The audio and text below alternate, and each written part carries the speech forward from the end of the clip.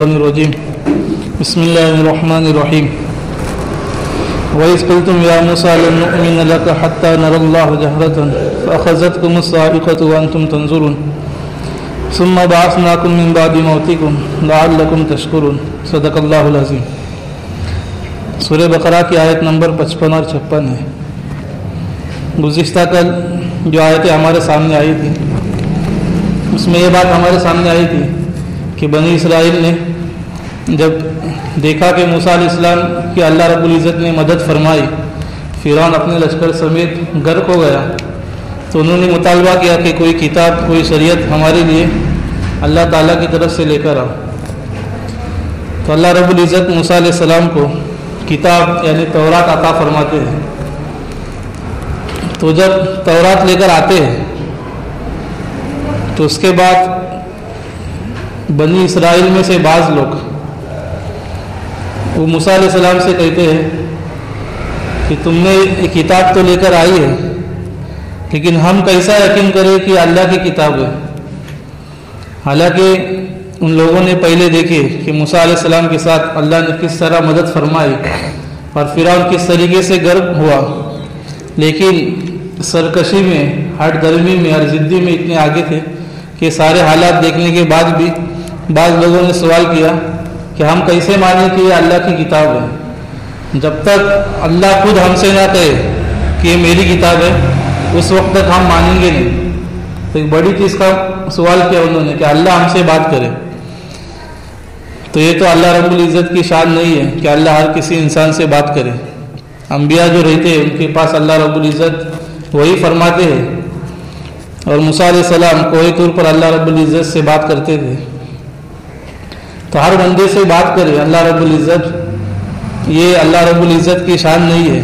اور پھر بات کرنے کے بعد ایمان لانا، یقین لانا، یہ پھر اس کی کوئی اہمیت نہیں ہے۔ اللہ رب العزت کو بغیر دیکھے اس کی ذات کے اوپر یقین کرنا، اس کا نام ایمان ہے۔ تو ان لوگوں نے مطالبہ کیا کہ ہم نہیں مانیں گے جب تک اللہ خود ہم سے نہ کہے یہ میری کتاب ہے۔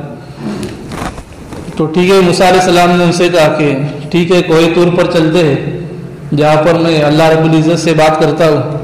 تو بنی اسرائیل میں سے 70 آدمیوں کو لے کر کوئی طور پر جاتے ہیں۔ جب کوئی طور پر جاتے ہیں تو ان کا یہ مطالبہ تھا کہ اللہ ہم سے خود بات کرے۔ تو ان کی یہ شرط بھی اللہ رب العزت پوری فرماتے ہیں۔ اللہ رب العزت ان کے سامنے بات کرتے ہیں، اللہ رب العزت کا کلام براہ راست اللہ رب العزت سے سنتے ہیں۔ تو ابھی ایک شرط یہ رکھے تھے کہ اللہ خود ہم سے بات کرے۔ اب اللہ نے بات بھی کی تو اب دوسرا سوال کرنے لگے کہ یہ تو صرف آواز ہے، ہمیں کیا معلوم کس کی آواز ہے؟ جب تک اللہ خود ہمارے سامنے نہیں آتے، جب تک ہم اللہ کو دیکھتے نہیں، تب تک ہم نہیں مانیں گے۔ تو یہ تو اور بڑا مطالبہ کہ اللہ رب العزت ذات ایسی ہے کہ کوئی نظر، کوئی آنکھ اس کا ادراک نہیں کر سکتی۔ اور انسان کی حیثیت وقت کیا، موسیٰ علیہ السلام کے بارے میں بھی آگے آیتیں آئے گا اس وقت پر کہ موسیٰ علیہ السلام نے مطالبہ کیا کہ میں دیکھنا چاہتا ہوں۔ تو اللہ رب العزت نے صرف پہاڑ کے اوپر تجلی فرمائی، اللہ رب العزت کو دیکھا بھی نہیں، صرف اللہ رب العزت کے انوارات تجلی اس پہاڑ کے اوپر ڈالی تو نبی ہونے کے باوجود بھی اس تجلی کو برداشت نہیں کر پائے۔ تو انسان کہاں دیکھیں گا؟ تو آواز سنیں اللہ رب العزت کی، پھر اس کے بعد ضد کرنے لگے کہ ہم جو دیکھنا چاہتے تب ہم مانیں گے۔ تو پھر اللہ رب العزت نے پکڑ فرمائی، ایک بجلی آ کر ان تمام لوگوں کے اوپر گری ہے۔ وہ 70 لوگ جو بنی اسرائیل میں سے آئے تھے پہاڑ کے اوپر، ان کے اوپر وہ بجلی گری ہے اور وہ لوگ مر گئے۔ اب جب موسیٰ علیہ السلام نے دیکھا کہ یہ لوگ آئے تھے اللہ رب العزت کی بات سننے کے لیے، میں ان کو لے کر آیا تھا، اب یہ مر گئے ہیں، تو اب میں اگر اپنی قوم میں واپس جاؤں گا تو قوم والے کو یہ الزام دیں گے کہ ہمارے آدمی کو لے کر گیا تھا، اور جب یہ بات پوری نہیں ہوئی، پکڑا گیا اس کا جھوٹ، تو اس نے ہی کچھ کر کے ان لوگوں کو مار دیا تاکہ اس کا راز ہمارے اوپر فاش نہ ہو۔ تو موسیٰ علیہ السلام اس فکر میں پڑ گئے کہ ابھی تو قوم اور بدگمان ہے، شرارتی لوگ قوم میں موجود ہے، ان کو تو الزام دینے کا اور موقع مل جائے گا۔